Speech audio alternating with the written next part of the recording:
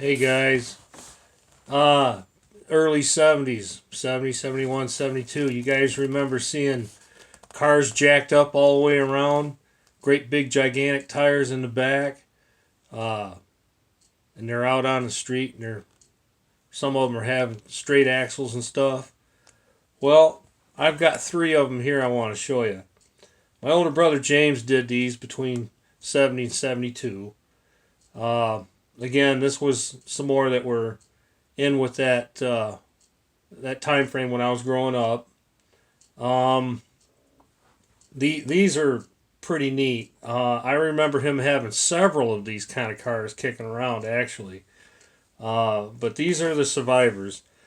A lot of them got broken up, and but these did make it. So let me let me kind of start out with this little 49 here. 49 Ford. It's got some monster slicks in the back. Uh, I've seen this kind of stuff in hot rod magazines and different magazines, I should say. Uh, a lot of some of the magazines that I've looked at, they were calling them street freaks. Uh, it was just the time of frame of mind everybody was in. Instead of cutting wheel wells or tubbing or anything, they just jacked everything up, and, and then they put straight axles in it. So kind of cool stuff. This one here is kind of neat.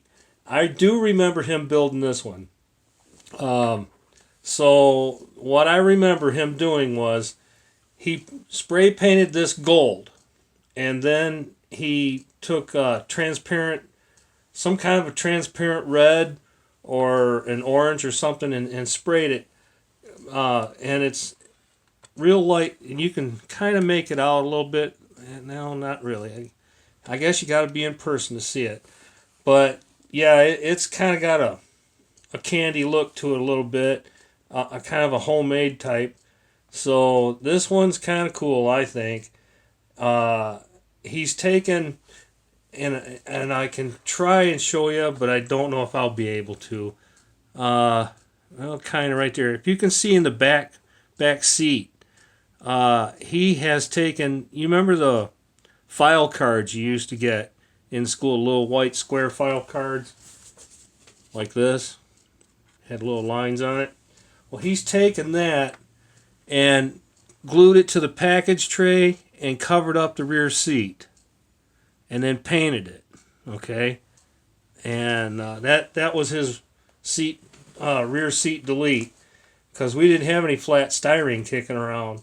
So you had to use use what you had kicking around. So, and he's got a couple of really cool bucket seats in there. I believe I should know what those are out of, but I don't. I don't want to say just yet. So, but I know he's taken the hood and he's cut the hood so that it's functional. And then he's got a big chrome Hemi down inside this thing. Right there. It's got the old blower on it, old style blower. And then let me see if I can get this. So maybe not. They're pretty small. He's got mom's thread in here. We used to grab bunch of mom's thread and use it as spark plug wires. So that's kind of cool. And then he's got the spoiler's been raised up. He said he never did really like that, but I've seen that done in some real life pictures. So that's kind of neat in itself. So let's take a look underneath here. There's the ladder bars he's gotten out of something, I'm not sure what. And then the front end is it's a straight axle. And I don't know where he's got the headers. They're kind of cool looking actually. I really like those. I don't know where they come out of, but that I like. So yeah, this one's a really cool build. I like those deep wheels, man. Again, I don't know what those come out of. I'm gonna guess and say it come out of some kind of a dragster, because those are really deep. So yeah, that color is kind of neat. I remember him doing that. That was the first time around for him to try and do a multicolored type deal on that. And then I remember him cutting this out of something. I think it was a roof that he'd cut out. I remember him taking a 57 Nomad and cutting the top of the roof out. So I don't know if that came off of that or not, but I do remember him making that body, or that spoiler for that body. And then he's eliminated the rear bumper as well. So yeah, that's kind of a cool car, I think. Something you don't see all the time. Jacked up all around, man. And 58 Impala. Another cool one. This is the AMT and the door's open on it. This one's a little tough, but you know, I'm not even going to try to do it. But yeah, the doors do open on it. It's got the 409 in it, as you can see. And then he's got it wired up as well with some of Mom's thread. So, and then this one, he's got jacked up. Now this one's got the coil springs, so he had to make a purchase for the coil springs to raise them up. And then he's raised them up the control arms with blocks. And then he's blocked up the shocks as well.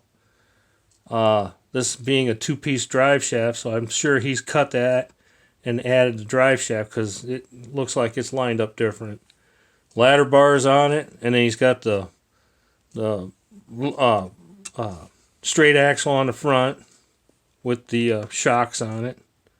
This is kind of cool. I like this. Right here, he's got the headers coming down, and then he's heated up some styrene tubing, probably off of an old exhaust system or something, and then bent it so that it fits into the headers, or the mufflers, and then they've got their dumps out there, so you could run open headers or run them in through the mufflers. That's kind of cool, I think. Yeah, I do remember that one kicking around a bunch. 58s were always kind of a soft spot for me. I always did like them. So, no bumpers on there. No need in hauling all that extra weight around. But that's kind of neat. This one here is probably my second favorite that he's got. Whoop. You guys alright? I didn't knock you over, did I? This is probably my second favorite from the Leaping Lorry. And only because I didn't get a chance to watch him build this one 100%, but I do remember a little bit of it. This was probably one of the earlier builds that he did. So this is the 56 Ford Crown Vic. It's pretty much, the engine is pretty much like it was in the kit. He's got the 12 spoke front tires, and he's hand painted all the chrome on it. And you know what? I better take that hood off before I drop it.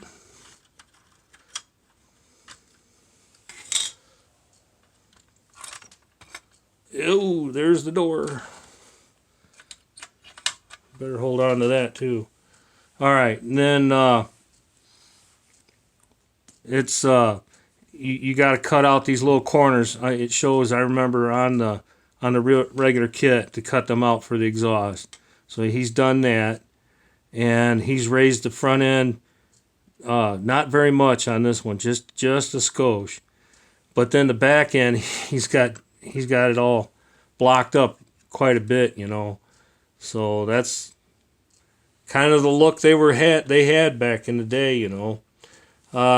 I can open this door up, I know. So let's do that. You can see I thought I could get it open farther than that. He's got seat belts in it, and the back seat has been eliminated, deleted. So yeah, this one's kind of cool. I always did like this one quite a bit, actually. He kind of in his own deal, he's come up with I'm trying to get this focused in, his own classification for running, SS/T. I think that was street strip track. I think is what he told me. He's told me 2 or 3 times. Doggone it, I should remember, but I just keep forgetting. So I should probably write this stuff down. But anyways, yeah, that's the 56. Locust powered in the back. I don't know where he got that decal. Kind of neat. And the hood's been brush painted, so you know it's got a few brush marks in it. I'm assuming he didn't have any black spray paint. So, but yeah, that's the way builds were done back there, and this is what got me started building. So these are some street cars that I wanted to throw out and let you guys see. And like I say, these were put together between 70 and 72.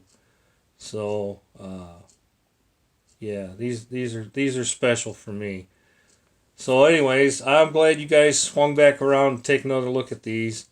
Like and subscribe me if you would. This ain't a very long video, but that's alright. Alright guys, catch you around the next time. Bye-bye.